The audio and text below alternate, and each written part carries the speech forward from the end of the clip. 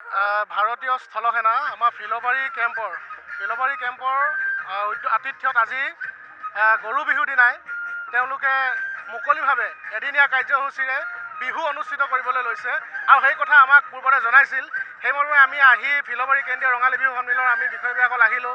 ফিলবাৰী কেইবাজনো জ্যেষ্ঠ ব্যক্তি আমি আহি কথা বতৰা পাতি মুকলি বিহুখন কেনেধৰণে অনুষ্ঠিত কৰিব লাগিব তাৰ সম্পৰ্কত আমি কিছু দুআষাৰ কথা বতৰা পাতি আমি আগবাঢ়িলোঁ।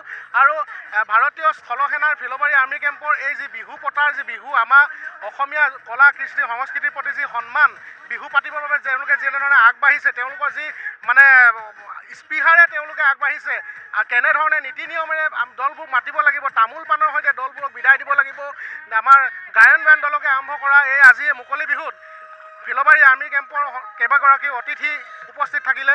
গতিকে আমি এই চেগতে ফিলবাৰীবাসী হিচাপে ফিলবাৰী আৰ্মি কেম্পৰ সন্মানীয় মেজৰ চাহাব, সুবেদাৰ চাহাব আমি সকলোকে ধন্যবাদ জনাইছোঁ।